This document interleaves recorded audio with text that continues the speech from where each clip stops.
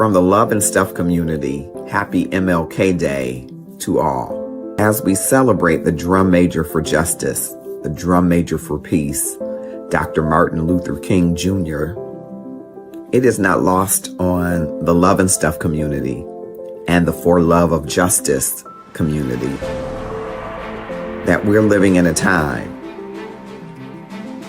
where men are placed in office based on the color of their skin and not the content of their character. The work of freedom, the work of equality, the work of equity and justice is not done. You can clearly see, that there is much work to be done. Put your hand to the plow. Do your part to help elevate the voices of equity and justice for all. It is under attack. And while people say, don't be woke, you are awakened every day. Don't be desensitized to what you are awakened to. I hope you will enjoy this replay. It has pieces that are specific to periods, but it is a celebration nonetheless of our drum major for justice, Dr. Martin Luther King Jr. May we reinvigorate the dream, live it, do it, and be it. Enjoy.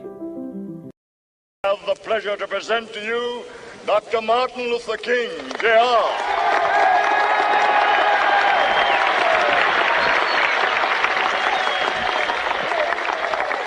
I am happy to join with you today in what will go down in history as the greatest demonstration for freedom in the history of our nation.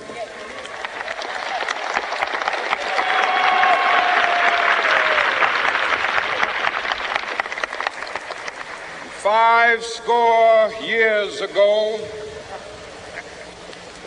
a great American in whose symbolic shadow we stand today signed the Emancipation Proclamation.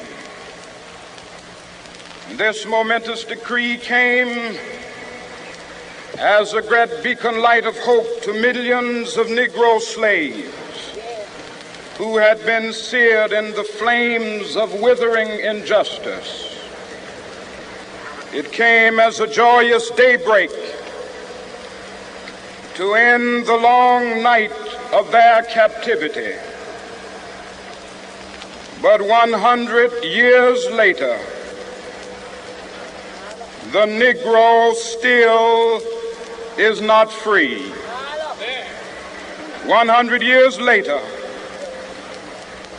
the life of the Negro is still sadly crippled by the manacles of segregation and the chains of discrimination. 100 years later, the Negro lives on a lonely island of poverty. I have a dream that one day this nation will rise up and live out the true meaning of its creed. We hold these truths to be self-evident, that all men are created equal.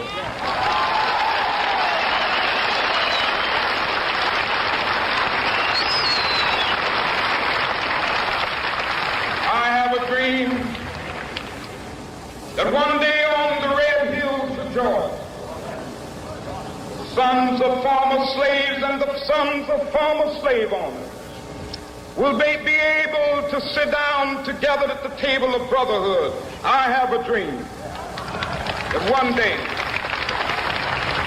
even the state of Mississippi, a state sweltering with the heat of injustice, sweltering with the heat of oppression, will be transformed into an oasis of freedom and justice. I have a dream.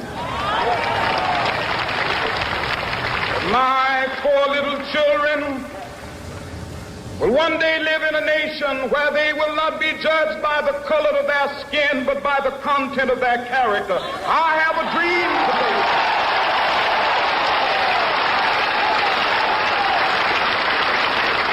I have a dream that one day, down in Alabama, with its vicious racists, with its governor having his lips dripping with the words of interposition and nullification. One day right there in Alabama, little black boys and black girls will be able to join hands with little white boys and white girls as sisters and brothers. I have a dream today.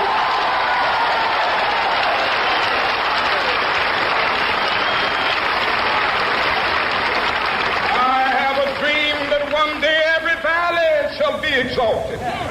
And every hill and mountain shall be made low, the rough places will be made plain, and the crooked places will be made straight, and the glory of the Lord shall be revealed, and all flesh shall see it together.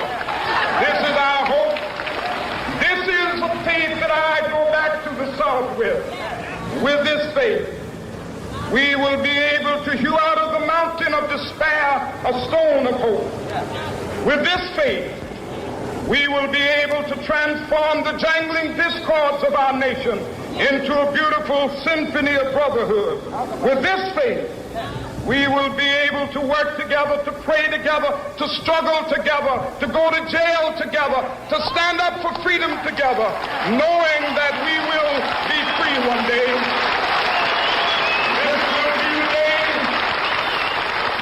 This will be the day when all of God's children be able to sing with new meaning, my country, 'tis of thee. Sweet land of liberty, of thee I sing.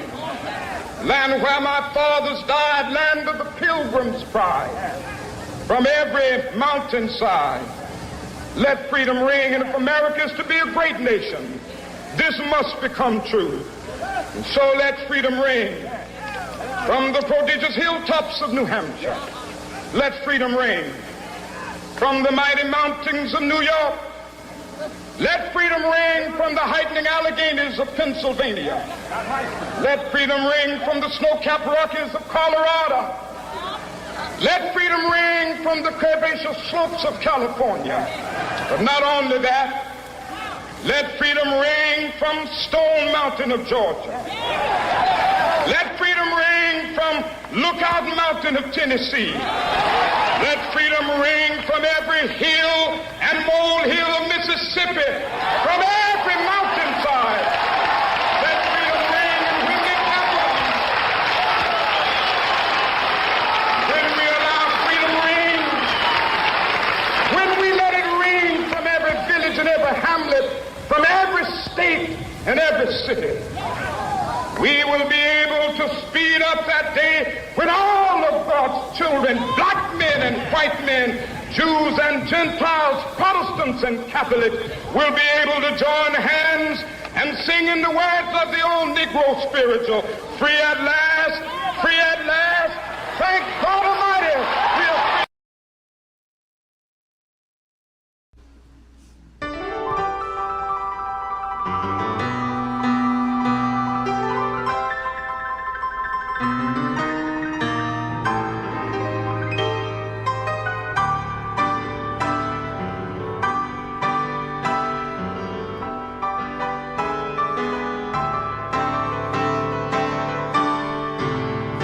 Lift every voice and sing.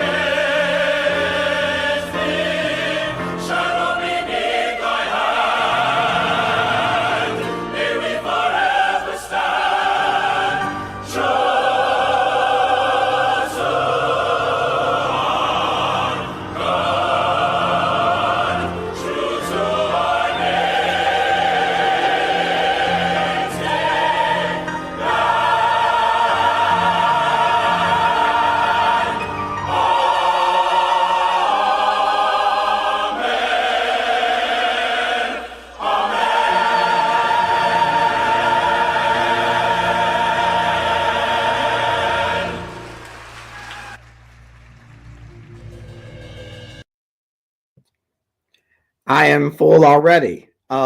Excited for a wonderful evening celebration. I am Marcus Holmes, and I'm excited that you have joined me, whether you are with us from the Love and Stuff community page, from which we emanate tonight, the Marcus R. Holmes page here on Love and Stuff on Facebook, whether you're with us via Restream on LinkedIn Live or Twitch TV or YouTube events. I'm excited that Tyron McTaw, Annette Green, Andre Hutchins, Chantel, Michelle, Tammy Williams, Deborah Bishop, all of you that are joining us, Nicole Baldwin, Bilal Muhammad, Valerie Colbert, Asamwadi, Tyra Gaines, Rajiv from YouTube, all of you that have joined us across all platforms. I'm excited that you're here. And I must admit, I'm a good Baptist boy. And so now I'm ready to shout after having that presentation from the Aeolians, the arrangement of Dr. Roland Carter, Lift Every Voice and Sing. I thought it would be a fitting way to start, and I didn't think it would rouse me into a shout this quickly, but it's a fitting way to start because I want you to lift every voice and vote. I want us to have a call to action. And I believe that this day of service that some say is a day of service, and some say a day of celebration, a day of reflection. I want it to be a day of call to action, that we understand that our journey to the kinds of freedoms that we want to enjoy is not linear. And there is a struggle going on in our world. And I have gathered some people that mean a whole lot to the Love and Stuff community and to me personally, who are some great minds that I want to, throughout our journey this year, in an important year of elections. I don't know if you're watching what's happening around voting rights, and I don't know if you understand it's under attack, but we really need to stand up and make a difference if we really want to live in the spirit of the great drum major for justice, Dr. Martin Luther King Jr. And so, having said that, I'm just going to read a bit of his speech from 1957 from the Give Us the Ballot, just a section before I begin bringing on our speakers. I'm so excited to have them here, and I will introduce them individually, and then they'll come and talk with us a little bit on a panel, because I really want to talk about what you and I can do, where we don't always think that we have power, but you have some power, and probably untapped in the way that you are using it today.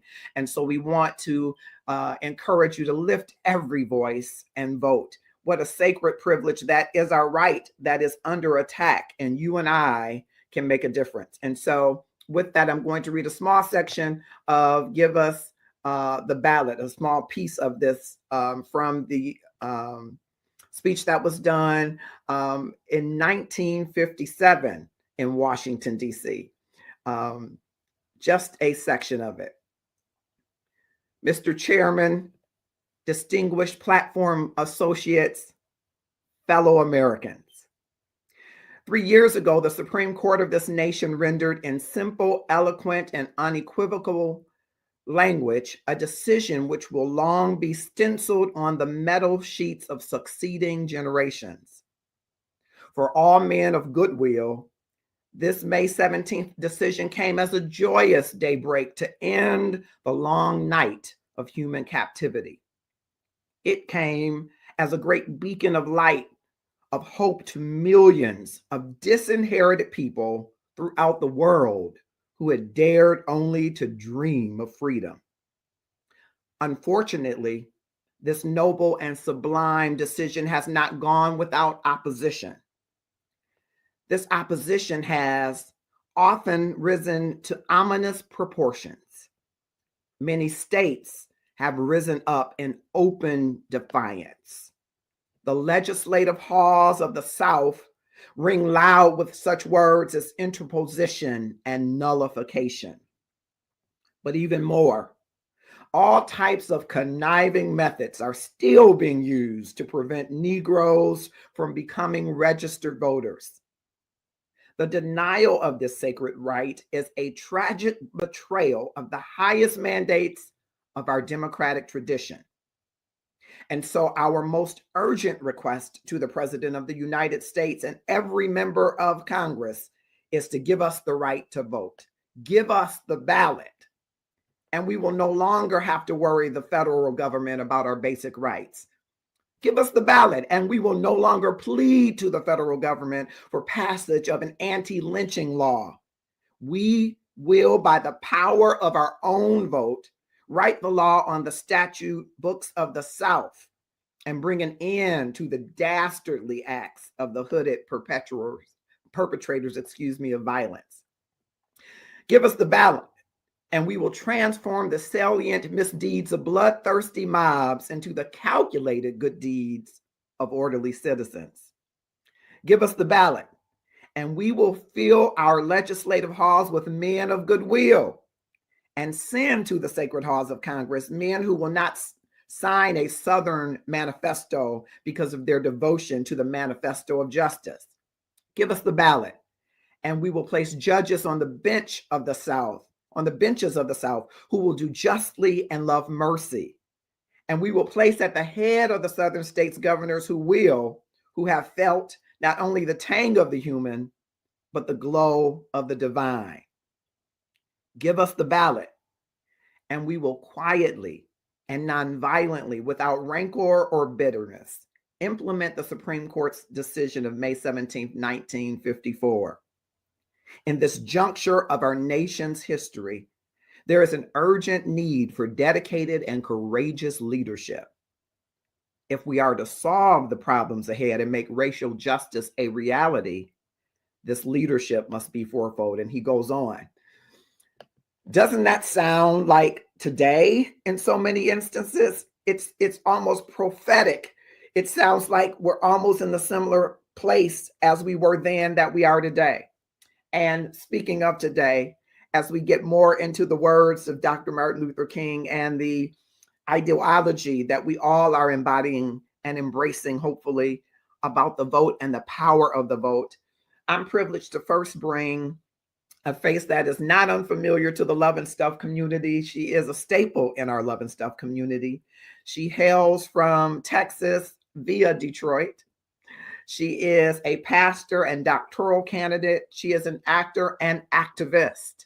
And I'm excited to have her among our group today. Pastor Valencia Etner from Lufkin, Texas, the Miles Chapel CME Church, joins us now, and she will speak to us in the way that she is led on this great day of celebration. Click share. Tap 5 of your closest Facebook friends, YouTube subscribers, Twitch TV followers, LinkedIn Live connections to join us. You don't want to miss a moment of this wonderful presentation. Valencia Etner.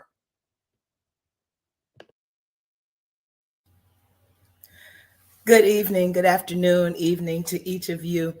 On this day where we stop, we pause. I know for many, this was a day of service. For others, this was a day of celebration with parades and that kind of thing. But for those of us who are consistently on this front line, who are doing service in our way, you know, one of the things that we've got to understand is that Dr. King understood that service comes in many different ways. What's service for you may not be service for me. So for those of us who are serving consistently, this is a day of refueling, of remembering, of getting marching orders back, of remembering that when we are coming together, that we cannot afford to lay low and to act as if what's going on in our world doesn't affect us. This is a refuel day. And so if you're one of those persons who has been on the sidelines saying, you know, whatever, it's not going to matter that much. You know, we don't really need to vote. They're going to do what they want to do. You know, we get caught up in the conspiracy of it all. We get caught up in the fact that we're a little disillusioned by the things that we've wanted that have not necessarily come to fruition. What I want to remind you today is that Dr. King says something that was very important, that's been very important for my life. And it doesn't matter whether or not you're a marcher or a writer or a talker or just one who is supportive of those who do that. He says that our lives begin to end the day we become silent about the things that matter. In the end, we will remember not the words of our enemies, but the silence of our friends. Either we're free in all or not free at all. That particular quotation from Dr. King resonates so strongly with me because I am afraid that in this time in which we are living, that we have gotten so caught up in the things that the opiates of the world, those things that have taken our minds off of our struggle, that we only look up when we have a catastrophe, when we have a travesty like that happened to George Floyd. And as horrible as that was, when we sit on the sidelines all the rest of the time, then things like that can happen. And people really think they can get away with it because we've been silent. I want to implore us, encourage us today that our silence is more deafening than any words, pejorative words, any words that someone can throw at us, any calling of names, any making it difficult for us to achieve. Our silence is more deafening than that. Dr. King, in his speech, The Drum Major Instinct, reminded us that for all of us, we, even as little babies, that they're bundles of ego. We always want to be first, or we always want people to recognize what we do. We want to be appreciated for who we are and what we do, and to be acknowledged. And there's nothing wrong with that. But when we get to a place where we are so caught up in what the accessories are, what the world's standards are, that we forget that there's a core to our character, that there's a core to our integrity, then what we've said is that Dr. King's words, and more importantly for my life, the words of Jesus, which he followed, don't matter. That it doesn't matter that we need to care for one another. It doesn't matter that we need to remember to love one another, even when we're different. And yes, that's hard sometimes. It's hard because we live in an age, we live in a culture that would rather hate than love, because hate fuels the things that keep us going. Hate fuels capitalism. So if you think that it's good, just remember that every time we hate, we create a space for people to make and to be lucrative at our expense. That love brings us to a place where we can be in community with one another. And again, I know that's not easy. It's not easy when hate is being spewed at you. It is not easy, but do you think it was easy for either of the persons who I just mentioned? It was not easy for Dr. King, and we know it sure wasn't easy for Jesus. So as we are dealing, or as we're spending this time commemorating and spending time with Dr. King's words, remember that he told us that we are drum majors, and we're going to be drum majors no matter where we are, because there's always someone we want to follow us. We always want to be out front in some way. But can we be careful that we are not drum majors for negativity, that we become drum majors for positivity, that we become drum majors for love and for hope and for peace and for justice, and that the way that we live out our lives, even in our drum major mindset, is that we try to make a difference in the world in which we live.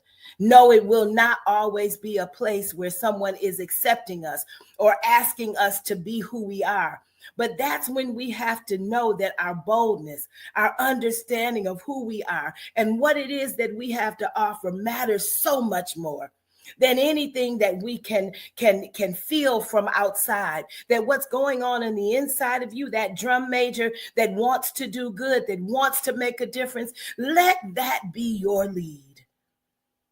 Don't allow this culture we live in that would diffuse anything that you would want to do, that would take your destiny and throw it away, that would make you feel like you have to be reduced to nothingness, make you feel like you can't move forward, that you can't do that which is going to make a difference in your community, in your family, in your life. Dr. King would have us know that dream that he talked about was not a dream that he felt could not come to fruition. He really believed in his heart that we would get there. Yes, there are some things that we can be excited about.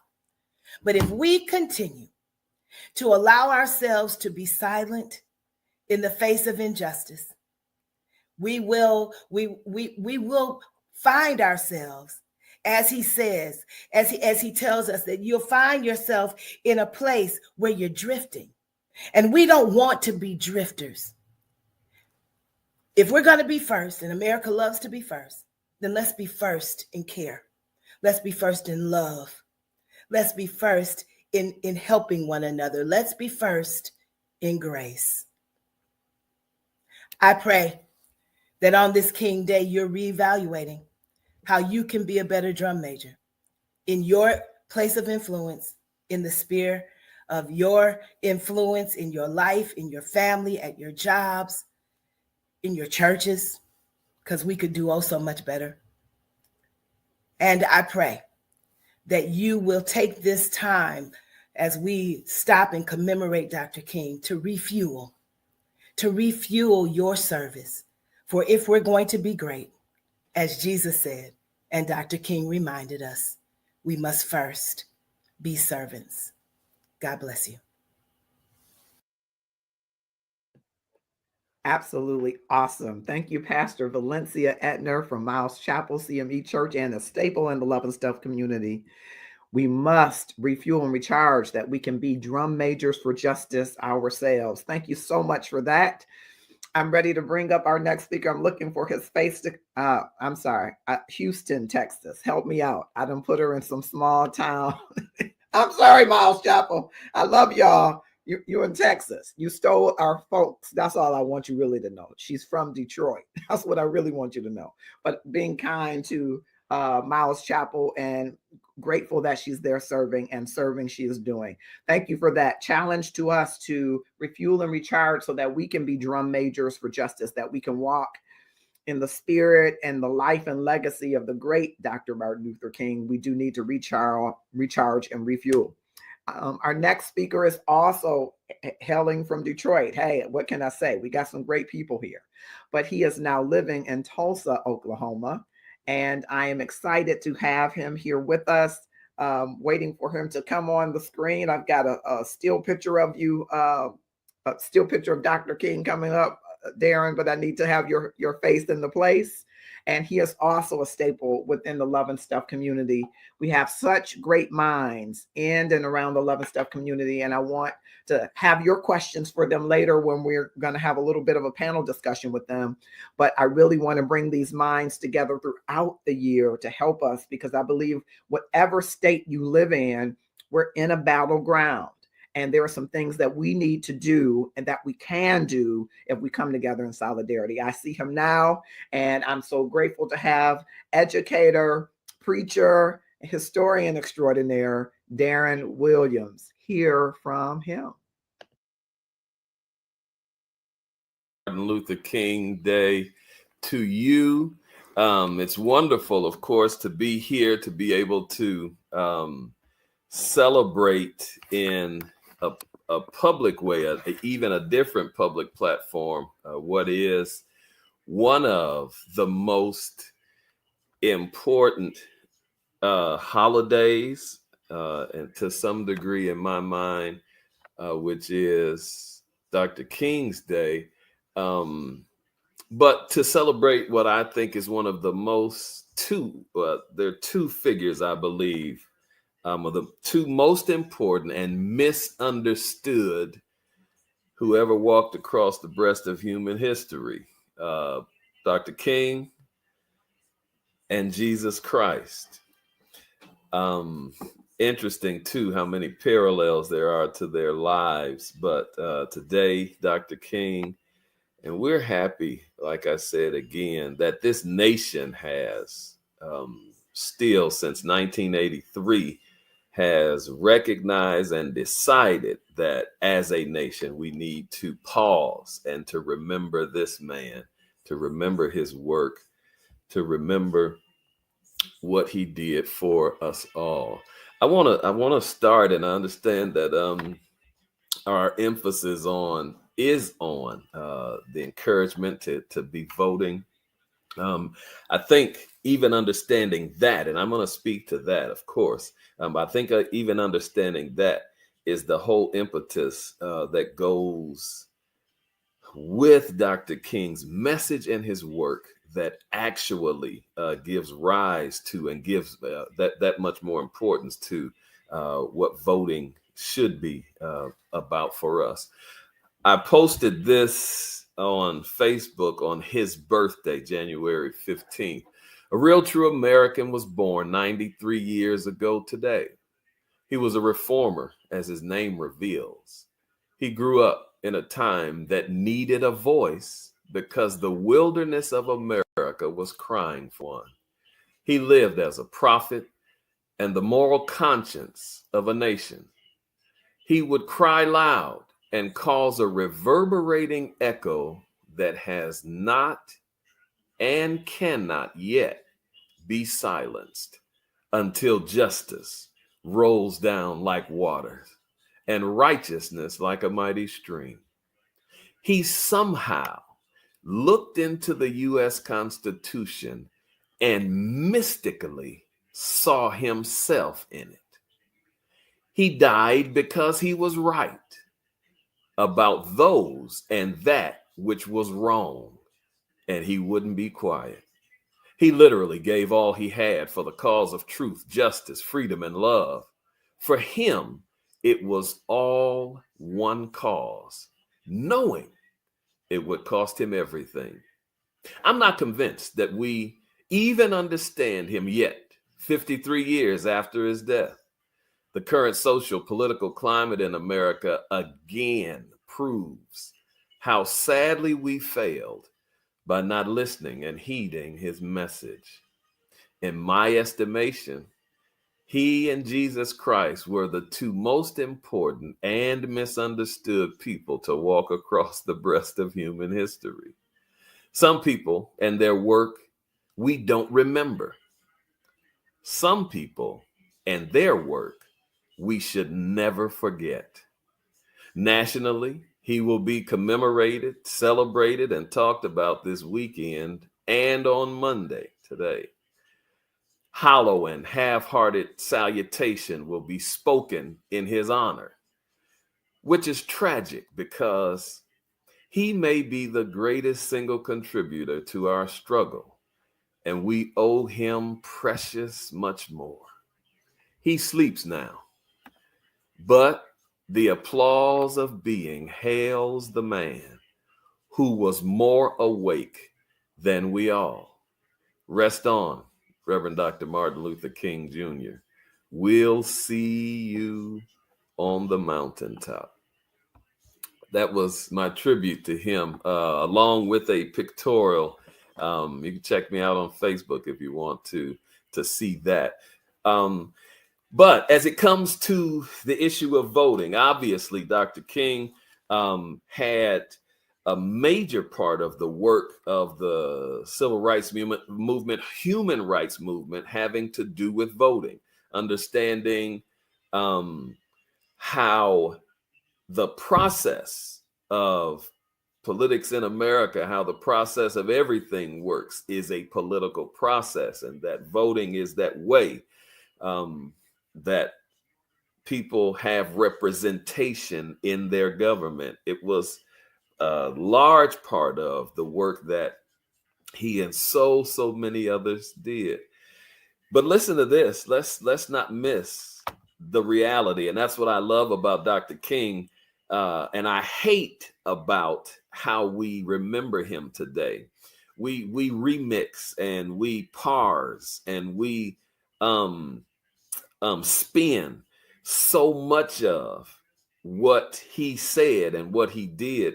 But it pays us. Malcolm X, how about that? I'm quoting Malcolm X on Dr. King's holiday. Malcolm X says that of all of our studies, history is best qualified to reward our research. I won't go into trying to break that down, understand, but let me say why I use that quote in this context, because for the confused and mystical way that Dr. King is presented today, The only way to really understand the man is you've got to go back and take your look at him in history. And you will see that all of these fanciful ideas about him being a dreamer, he was not a dreamer any more than the rest of us was a dreamer. He didn't say he was a dreamer. He said that he had a dream. That's no different than any of us, sisters and brothers. We all, of course, part of the sleep world is that we do dream. But even we have an idea, we have a picture and an image of our mind and a hope in our heart about how we want things to be, a dream about the way that things could be. That's what Dr. King was talking about. He didn't say he was a dreamer. He was a worker. He was a fighter. He was a thinker. He was an organizer. He was a leader. That's what Dr. King was. You all can keep that dreamer piece. I'm not going to get into that. But to look at the man, to look at him for who he is to see a man pregnant with purpose and passion and pursuing those things. In terms of the voting, Dr. King, this is one of those kind of quotes that we don't know about him. He says, we must face the appalling fact that we have been betrayed by both the Democratic and Republican parties. And so as I talk to us in a push about urging us to vote, let me say this to us. Voting is extremely important. If it were not so, politicians and pretenders and others wouldn't work so hard throughout all of history to prevent African Americans from voting. If it were not important, so much work would not go into having that to happen. So it is important, but we cannot, ma'am, we cannot, sir, continue to be unintelligent voters. What does that mean? Voting just out of the response that our ancestors fought, bled, and died for us to have the right. Sure, that is true. But they didn't fight, bleed, and die for us to continue in the stupefying condition that we are in. We don't vote with purpose. We don't vote with a plan. So our votes don't have the power that they're supposed to have. We got to sit down and talk to each other, people. We got to sit down and understand what is happening in front of us politically. And we have to organize ourselves into voting blocks who know what the political process is and is about, and then execute. Because the responsibility of the voter is not just on the day that cast ballots. All year long, we are in a process, a political process that, number one, requires us to educate ourselves. Number two, it requires us to make sure that the process is working the way it intends to. And number three, it is to hold accountable every candidate for every office that we cast a ballot for. That's what Dr. King and those in the civil rights movement, when it came to voting, they were completely aware of those things. That's why the power that they had literally made changes on every level of society, because they were organized, they moved as, they operated as a community. That's where we have to come back to. And that's one of the ways in that we can complete the work, not the dream, but the work that Dr. King did. We fool ourselves if we continue with dream talk. That's not what we have to finish. The dream, the work that he started, that's what we have to finish in 2022. And I want to urge us, let's remember the work and roll up our sleeves and get busy doing our part in that work. I want to thank Brother Marcus again for always, at every point throughout the year, bringing important programming and broadcasting to us through Love and Stuff. He is the kind of person that is connecting what we're supposed to be doing and being together. And I appreciate so well all of the work. I appreciate it, Brother Marcus. Amen.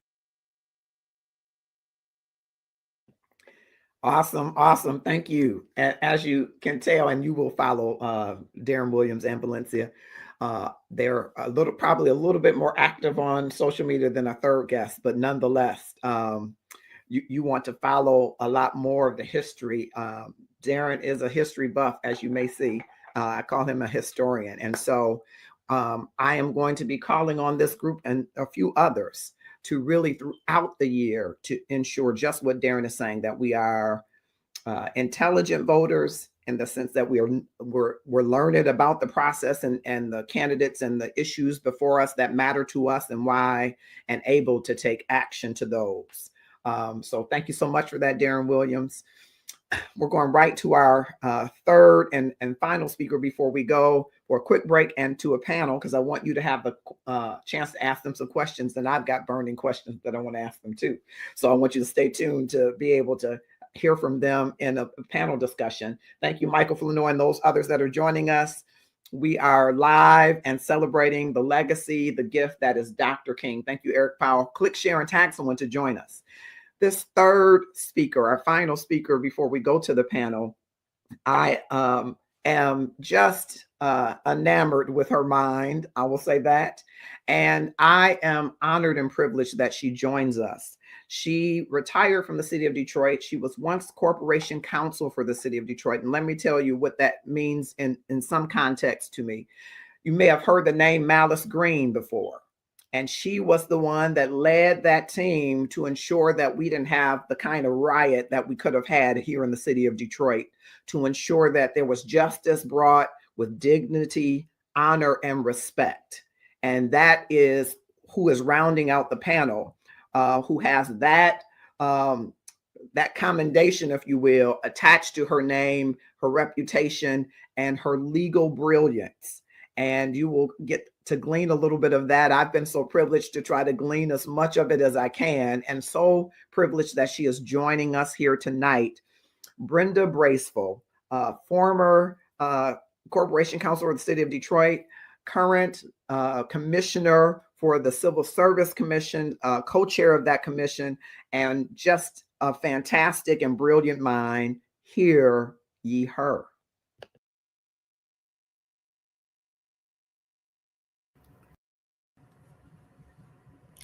Marcus, first of all, I want to thank you.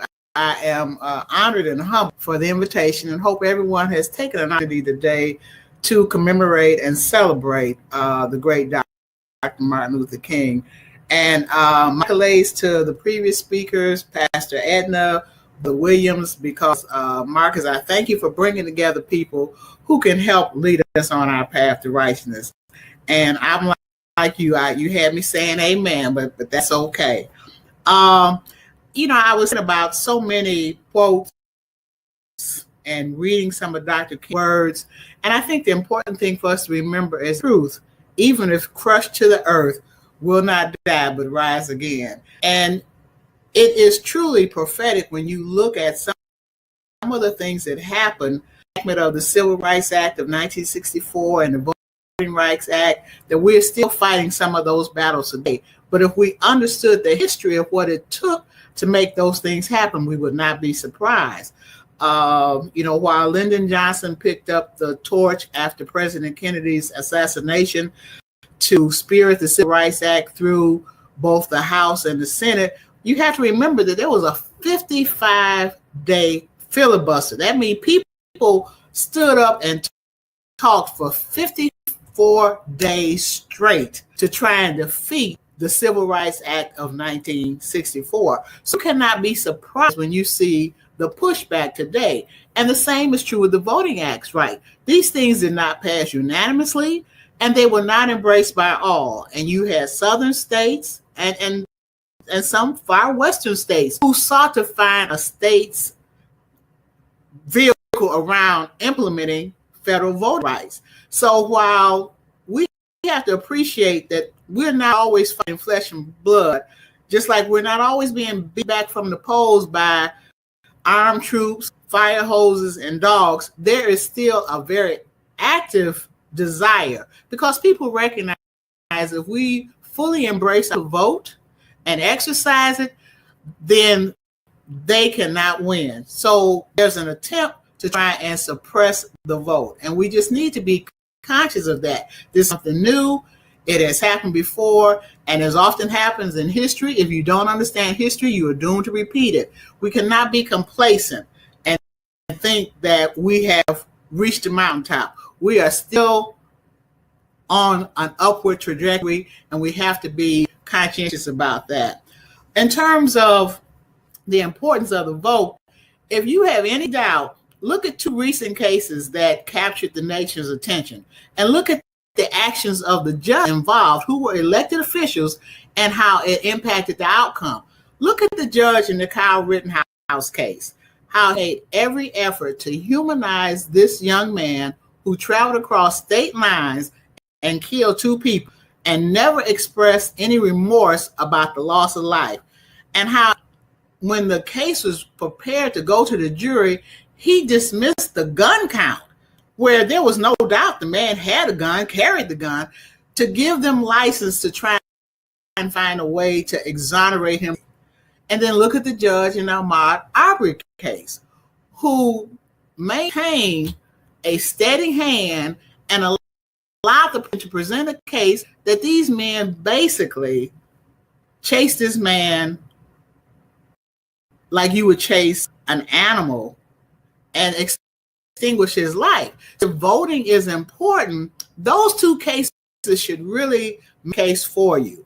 And when you look at the response to the pandemic, how people are treating whether or not we should take protective action, whether or not we should wear, how supplies will be distributed, how funds will be distributed to give people rent relief, all those things are a result of the people that are placed in office that have an impact on your life. So there was a reason that our forefathers stood in line. There's a reason that people withstood poll tax, threats to their life, their jobs, because they understood that voting was a way to speak truth to power, and that it was a way to have your voice heard. So we can never become complacent and think that, oh, my vote doesn't matter, because every vote matters. Because if nothing else, politicians have to be responsive to people who are voting. You can organize, have an agenda, have a plan. People have to listen to you. We've seen it here in Michigan with the redistricting. In the past, redistricting way for people to try and secure their majority, even if the districts were drawn what they used to call a gerrymander, because drawn with such obtuse lines. But having to respond to the people to ensure that you don't dilute the voting block and the voting power of minorities. That's why we have in Dearborn the first Muslim mayor. That's why in Hamtramck, the number of immigrants came in, you have your first non-Polish mayor. We have to understand that of the people and by the people requires the work of the people. And so, I want to, be too adamant and get on my soul. In any other city, if we don't have 75% or above participation, miss the message of Dr. King and all those people who gave so much of their time, so much of their energy, and some situations, even their very lives, to ensure that we have the right to be heard. So there is no way that we can diminish the importance of voting, and voting is an individual act gains even more power when we work collectively. So look at voter registration drives. We need to look at voter education. We need to look at ensuring that the candidates are responsive to the community, because all those things will impact the quality of life in our community. You're right, I'm not as savvy on some of the social media platforms, but I do in my own way, in terms of activism through my do a newsletter for my church. I always remind people how to register absentee ballots, educate people about the different ways to vote, of which there's a huge attack because people don't want to see us coming out in numbers. And I have to repeat a quote of Dr. King's that I said to my grandson this morning. If you can't fly, then you can walk. If you can't walk, then you can crawl. But whatever you do, you have to continue to move forward. And that is my message to our audience. Yes, we have certainly seen great strides. And I think some people felt that the election of Barack Obama signaled that, we had arrived and everything would be okay. And then, we got a wake-up call because following that, we wandered for 4 years, just like the children of Israel wandered for 40 years in the wilderness. We just had no direction, had no leadership. Pandemic came upon us, and we can see the effects of leadership and lack of vision. And so we can't believe naively that we have now remedied that with the election of President Biden and Vice President Harris, because there's still a lot of work to do. And we understand that the important thing is keep moving forward. It's just like in a car. If you're in a car and you're driving a long distance, you don't just put your foot on the gas pedal and then stop. Even if you have cruise control, you have to make sure that you are still moving forward to reach your destination. And that means you got to make sure you're refueled. You got to make sure your car is operational, and you have to understand where you're going. And all those principles ring true with us if we're going to achieve the community, and not just, and I don't mean just the Black community, but I mean the nation as a whole. If we're going to achieve the sense of community that we need to achieve, then we're all going to have to make sure we keep that pedal down and keep moving forward. So again, Marcus, I thank you so much for putting this program together, and I am just humbled and honored that you thought to include me in the number. Thank you so much. Thank you so much, Brenda Bracewell. Thank you for charging us to keep moving forward. We're going to take a quick break and play one of Carolyn Tribune Brewer, her beautiful arrangements of Hold On. And then we're going to bring the full panel back because I've got questions to ask them. And if you have questions, drop those in the comments. We're talking with Valencia Etner, Pastor Valencia Etner, Reverend Darren Williams, and Brenda Bracewell, Esquire, and I appreciate all three of them. We'll be right back.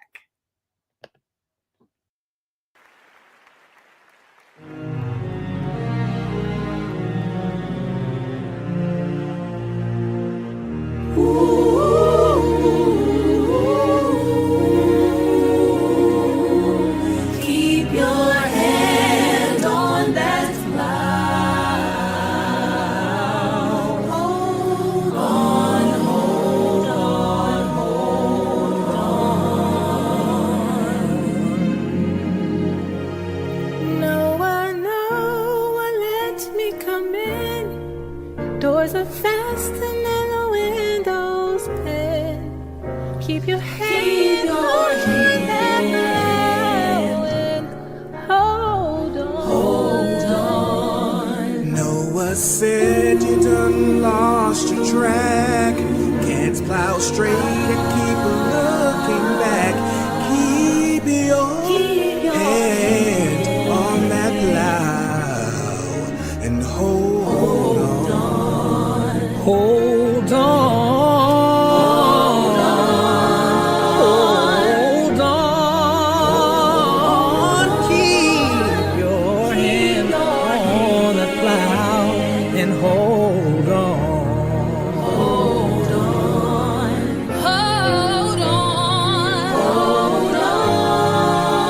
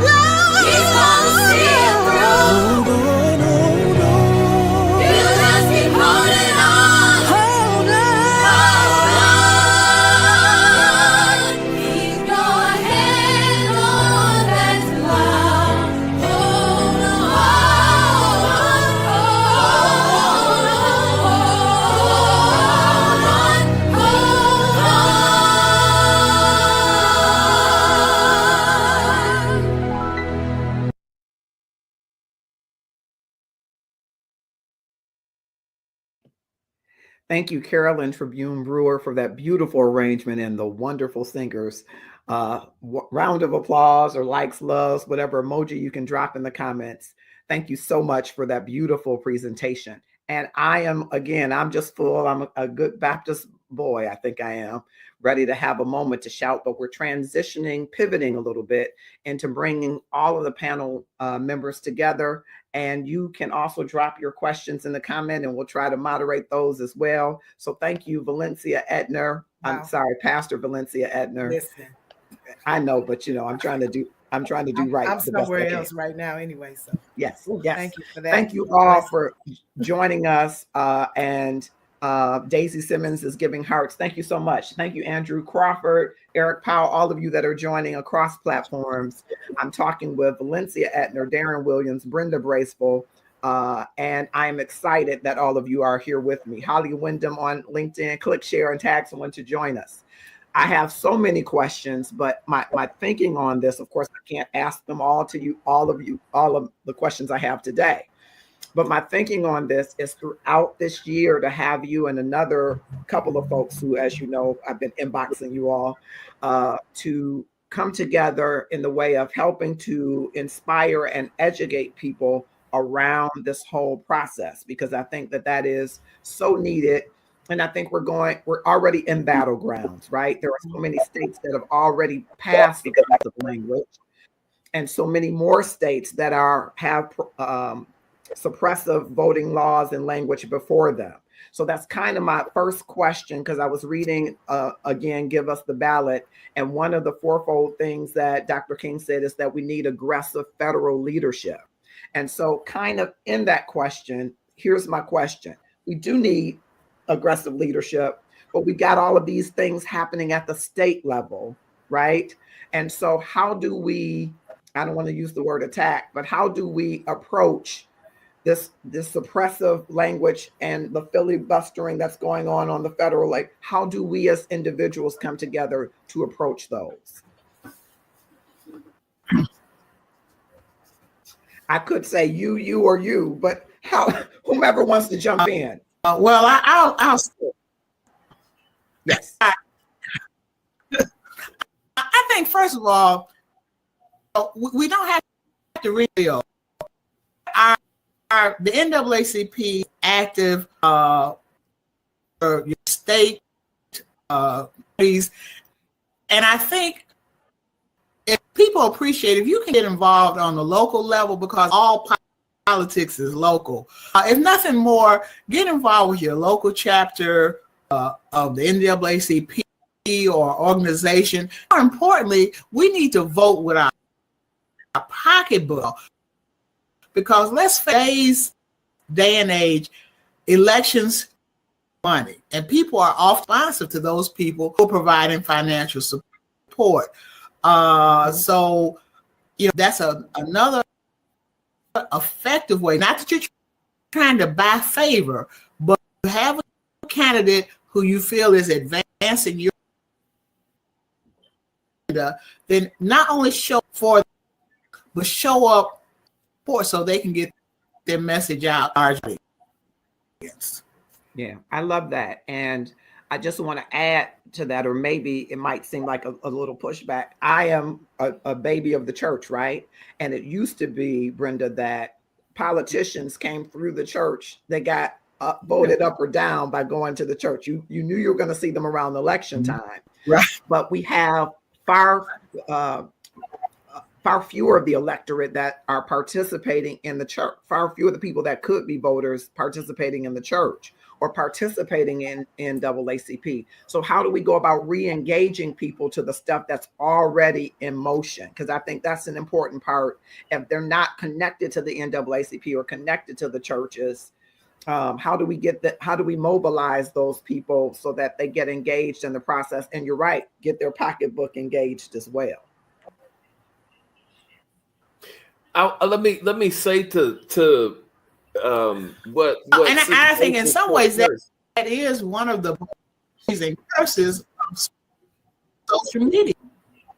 Mm-hmm. No, go ahead. I think there's a little bit of delay. So go ahead, Brenda. We'll double back to Darren.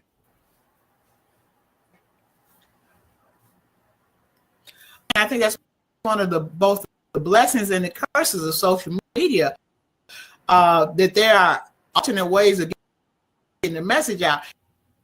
If everybody can find out that the Popeyes is going to have a new chicken sandwich, there's a way for us to communicate information about, voting and political issues. And so, somehow that information is being disseminated. And in my situation, I start with my family. I try and make sure that all of my next generations, just like you can send auntie a text for some Zelle money, then I'm going to send you that are you registered to vote? And, start at family out from there. Okay. Darren, jump in. You were going to say, I'm sorry.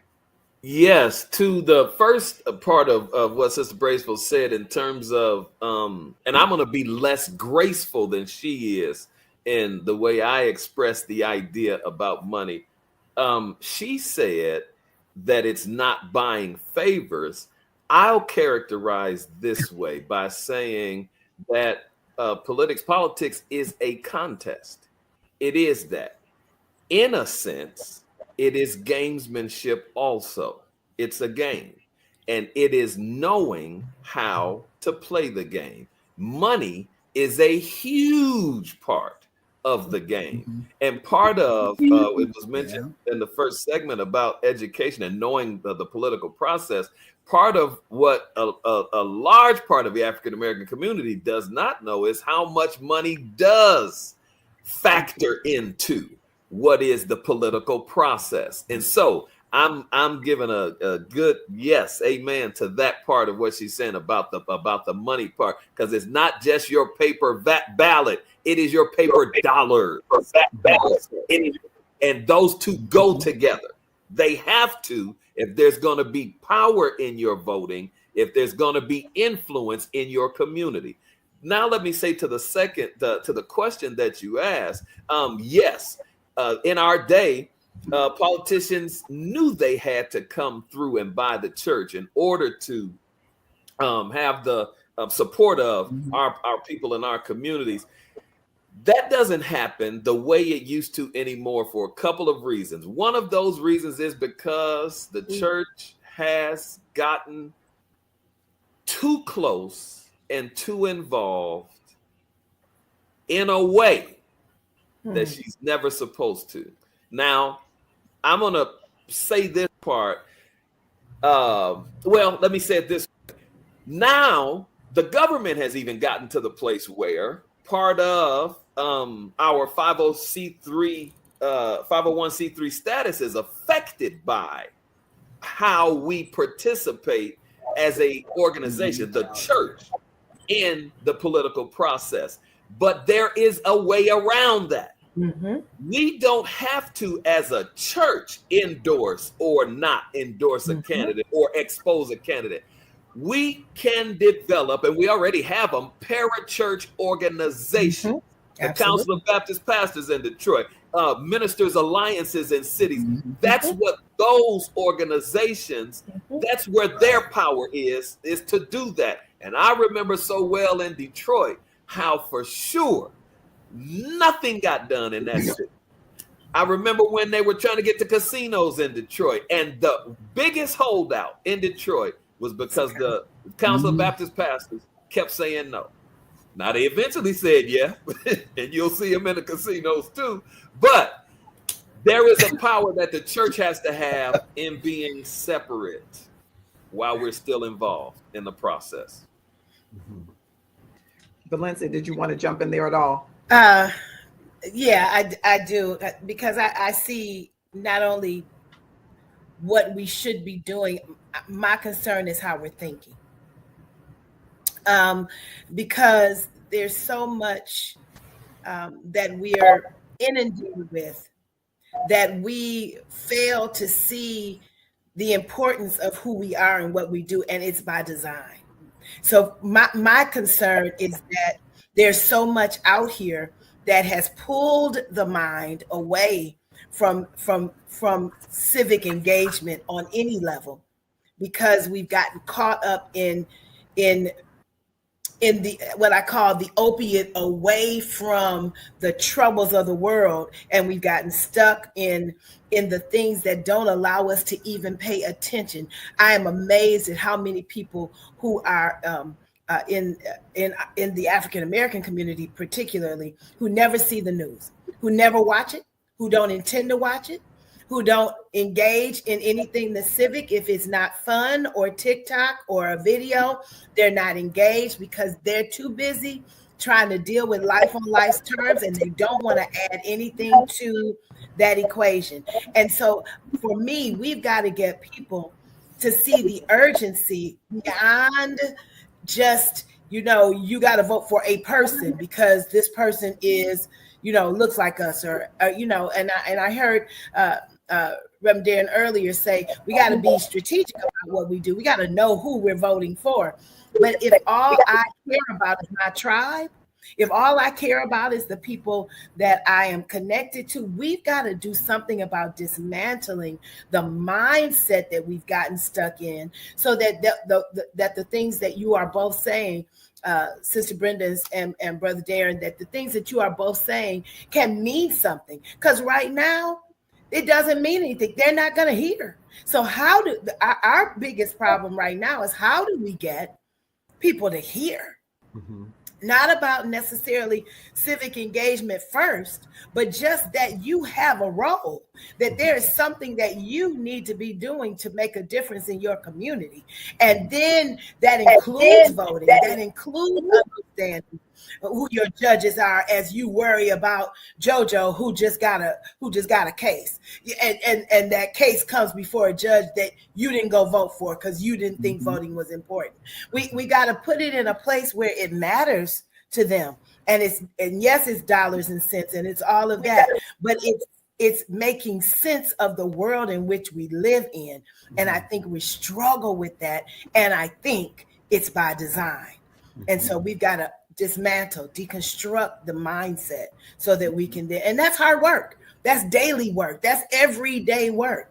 That's why, when people say this is a day of service ought to be going on all the time. This ought to be a day of reflection and refueling. Right. Keep doing it. But if we are going to make a difference, turn some things around, we can't let down. We cannot let down. Yeah. And which is the second question that I was going to ask you, but I'm going to read just this part from that. Give us the ballot. Dr. King says, I cannot close without stressing the urgent need for strong, courageous, and intelligent leadership from the Negro community. We need a leadership that is 1957 calm and yet positive. And I'm going to say 2022. This is no day for the rabble rouser, whether he be Negro or white. We must realize that we are grappling with the most weighty social problem of this nation. And in grappling with such a complex problem, there is no place for misguided emotionalism, which is what people gravitate to. So how then do we re-engage people, awaken them to that this is a weighty social problem? How do we re-engage people? I think that the fact that is true to sensitive minds ought to be enough. The fact that we are so out of touch for sensitive minds should be enough. However, it's not enough because Pastor V said it that there is an intentional distraction that is continually aimed at our people. What has to happen is not a new thing. All of history, there has been a town crier who has been a voice to continue to alert the people of what is going on. We do not have, in a way that is meaningful, enough criers who are doing that. It used to be the pastors of our churches. It used to be after that a few leaders. It's going to have to be those people again. Because we can't invent any other roles in our society. The roles are there. those people will have to take their places. Those voices will have to be heard and spoken again. So we need town criers who help to re-engage people, to awaken them. We got to make sure, let me just say this. Those town criers are celebrities in our culture.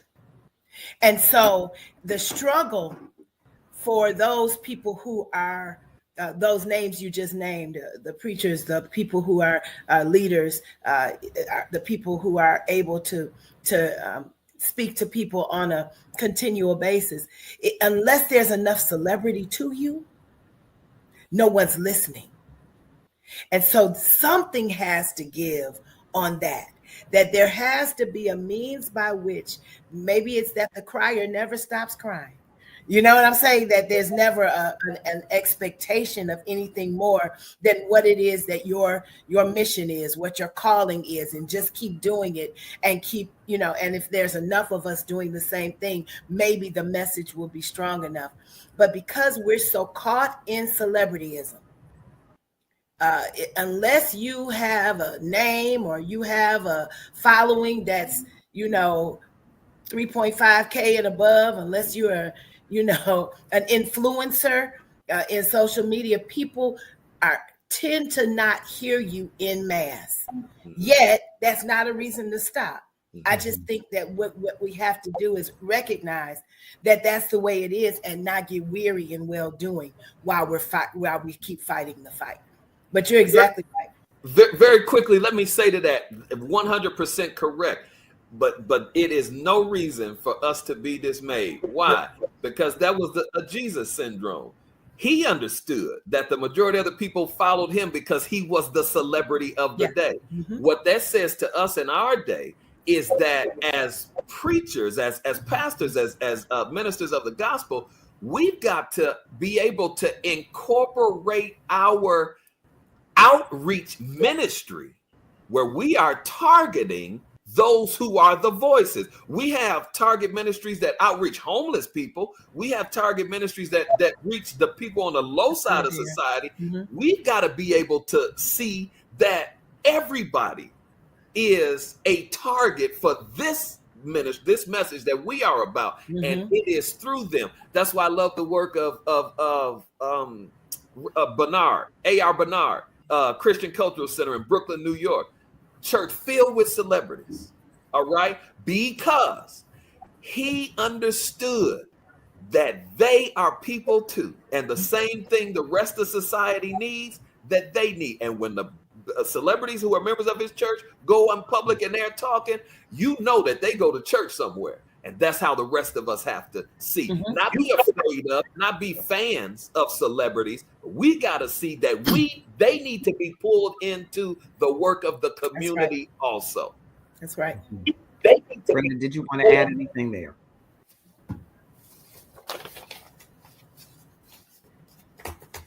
I agree is that, unfortunately, people are looking to follow people because people are following them without necessarily, being critical about the message.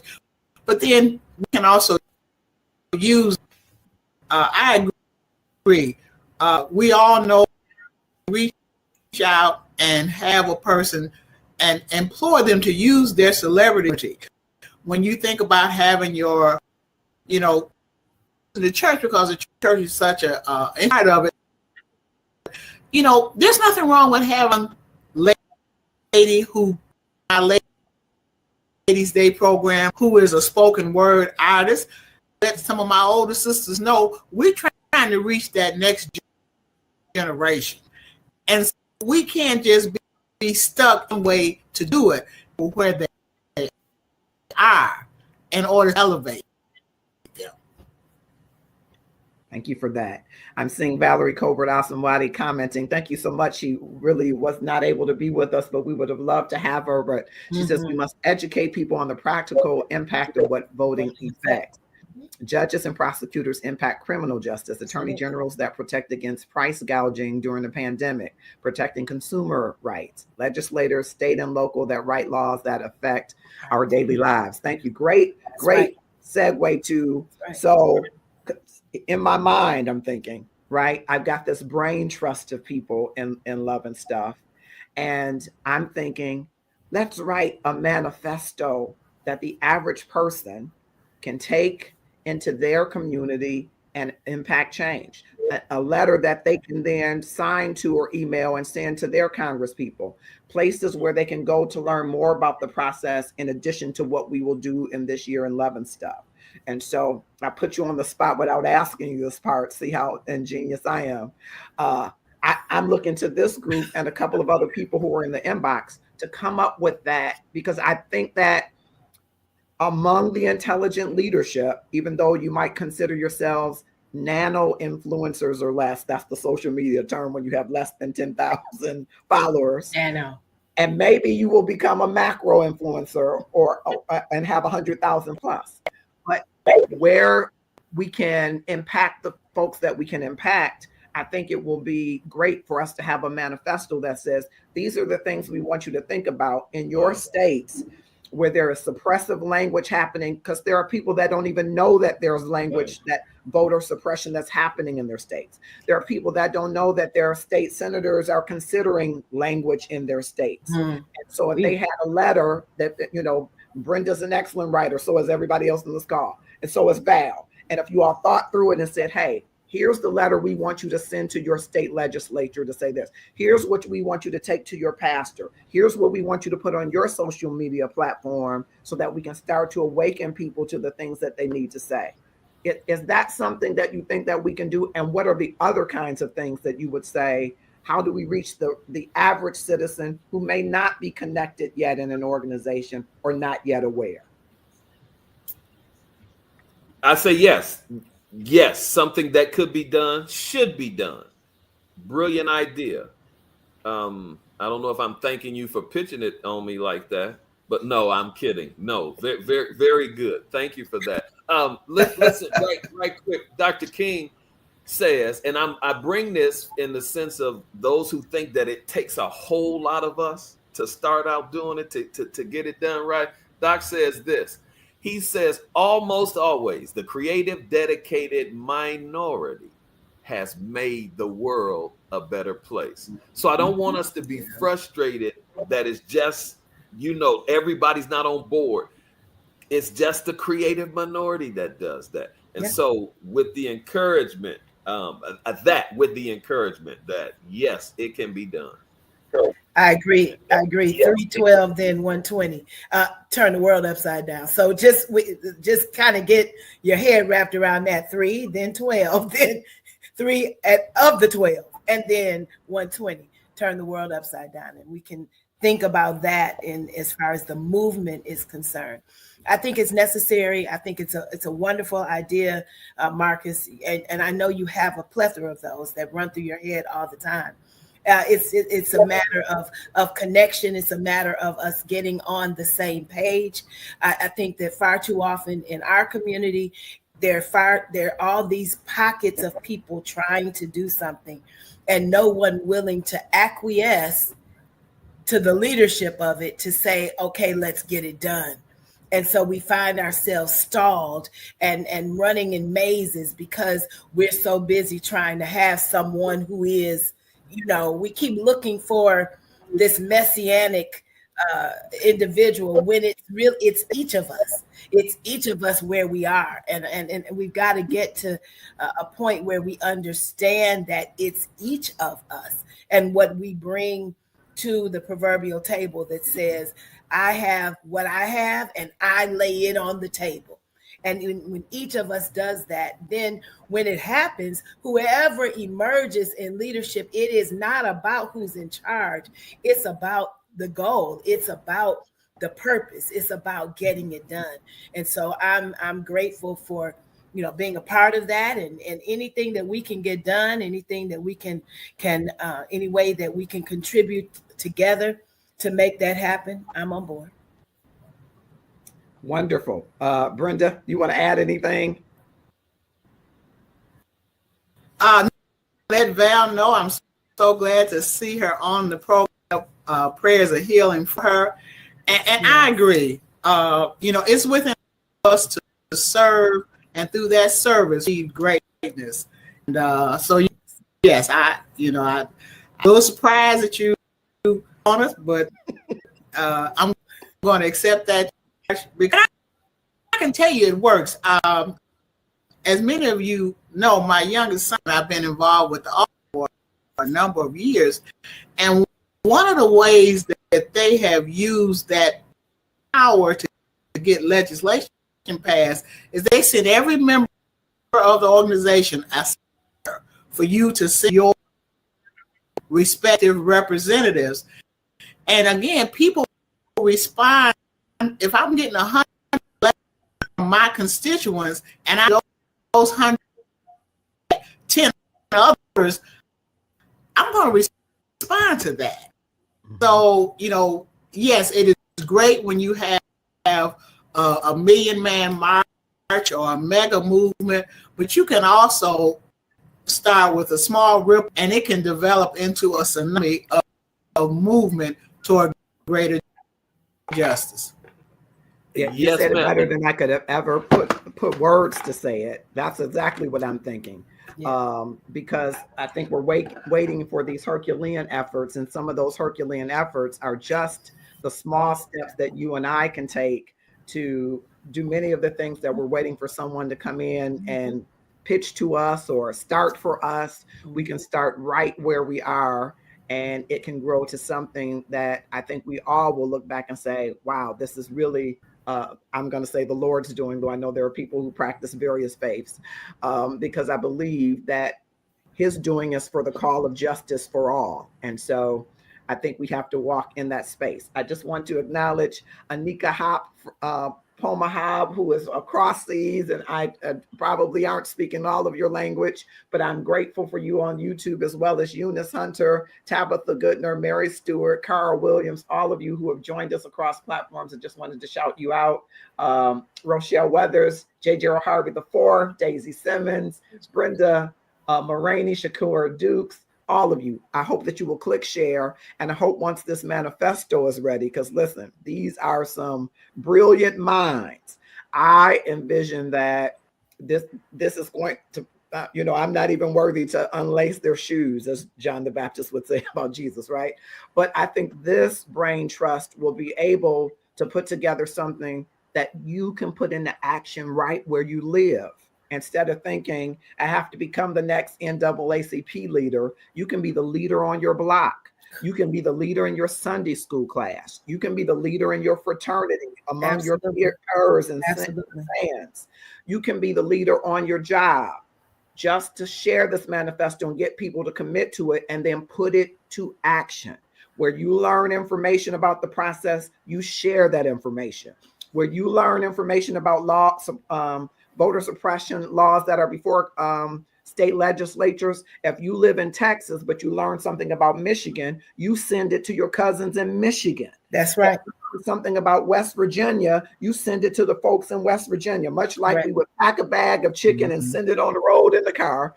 You send that information to the people who can do something in their state with that information. And social media is just another tool or vehicle to get the information out more quickly to them. And you don't need 1,000 followers to do that. You don't have to be a celebrity to do that. You just have to be committed to executing a plan that says we want people to be intelligent voters, and we want people to vote with their minds, their hearts, and their pockets. And here is a way that we go about doing that to advance the things that matter for us, the causes of justice and equality and equity, that we might realize some of those things in the spirit of this great drum major for justice. The beat, as Valencia said earlier, we got to march to that beat. We got to keep that beat going.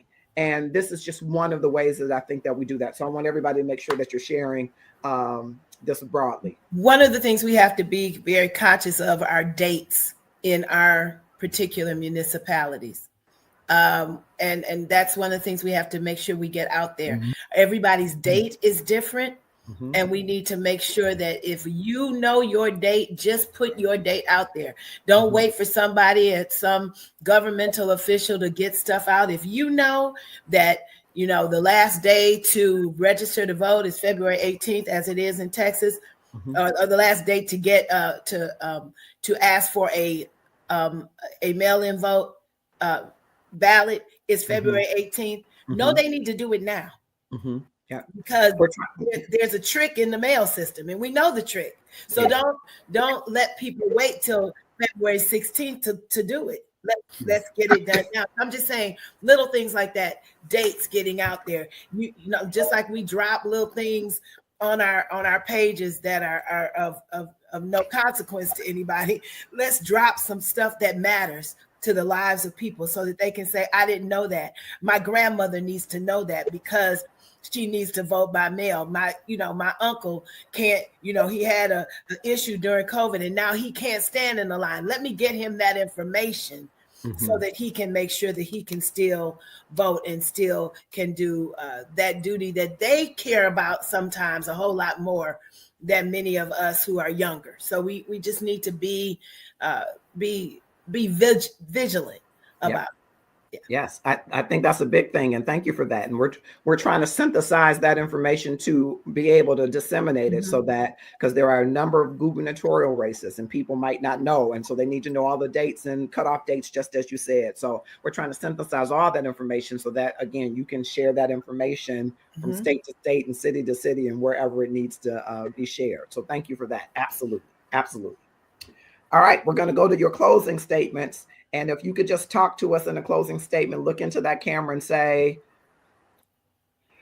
if you could do one thing to advance the cause of voting in the spirit of Dr. King this year, what would you say to somebody to do?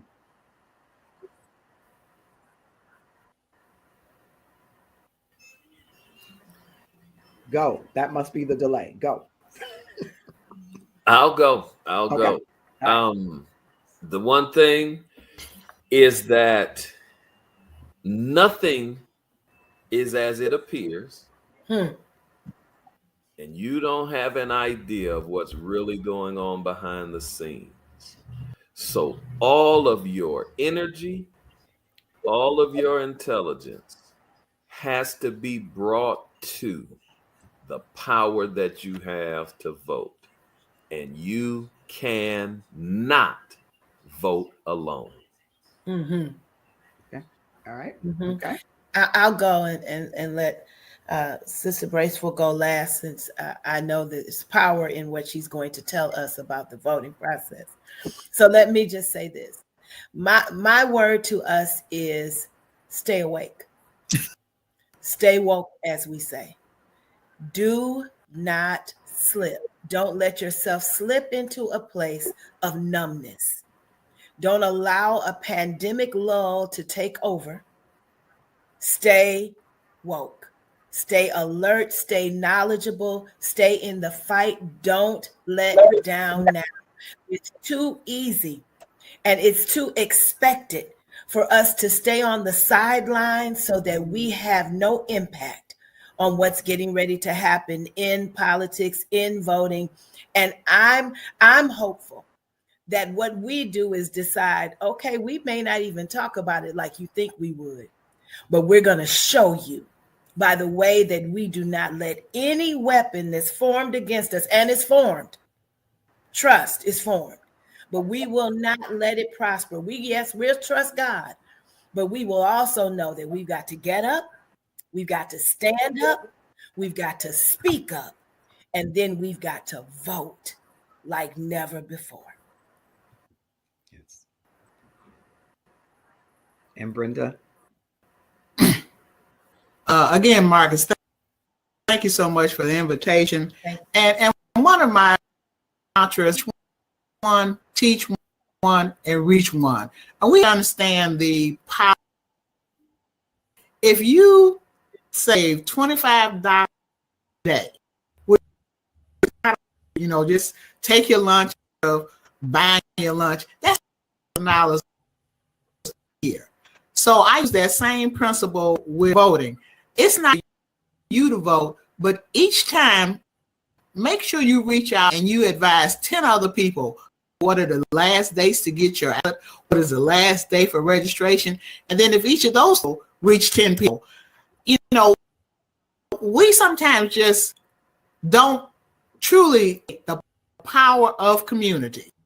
So if each one teach one, we can have a wave of justice that will take this country by storm. Because I guarantee you, the adversary, they, like I said, they're no longer using dogs and fire hoses, but they are trying to beat us back at every opportunity up and realize we don't wrestle just in blood, but we have that strength and the faith to step out and make it happen.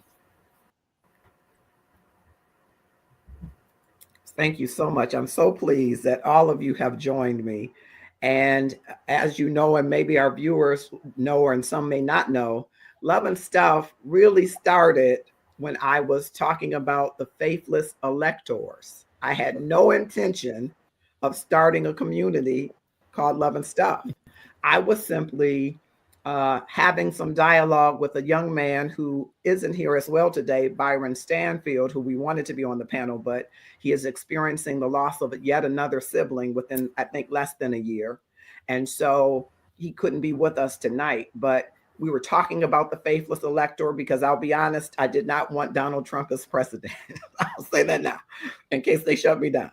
I was trying to go back to the things I learned in civics about this loophole. And all of these people started to say, hey, these people that you're talking to, they're handsome, they're beautiful. And that's how the community of Love and Stuff came together around the faithless elector discussion.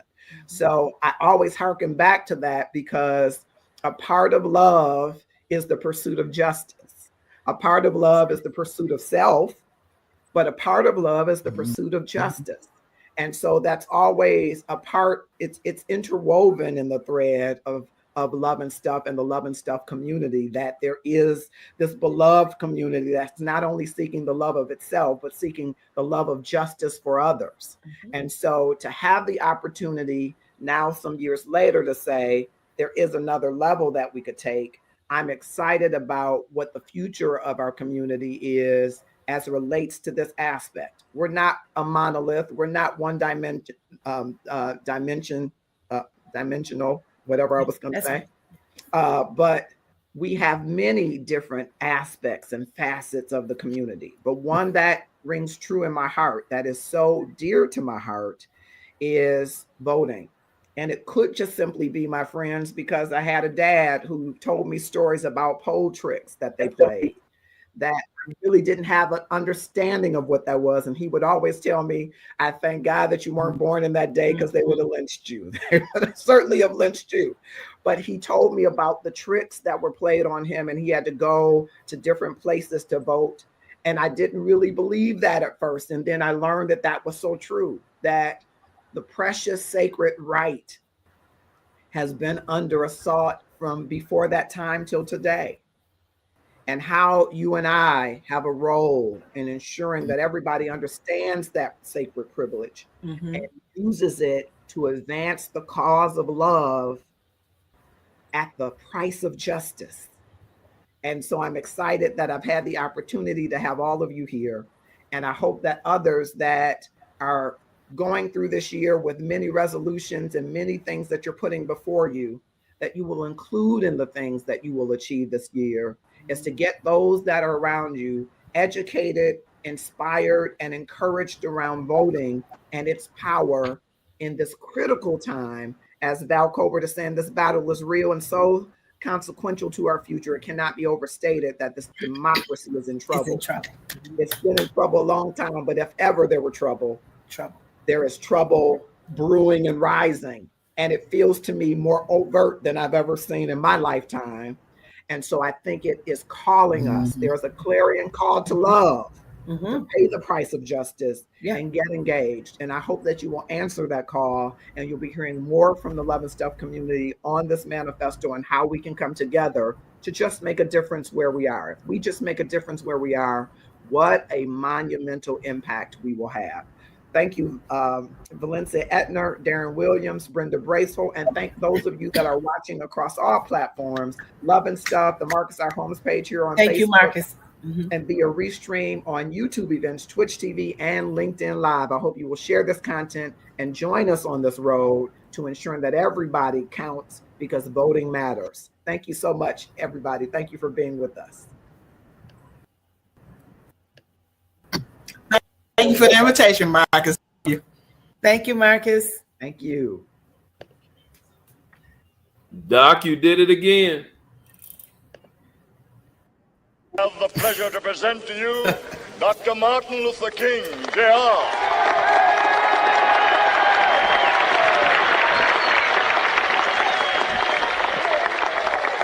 I am happy to join with you today in what will go down in history as the greatest demonstration for freedom in the history of our nation.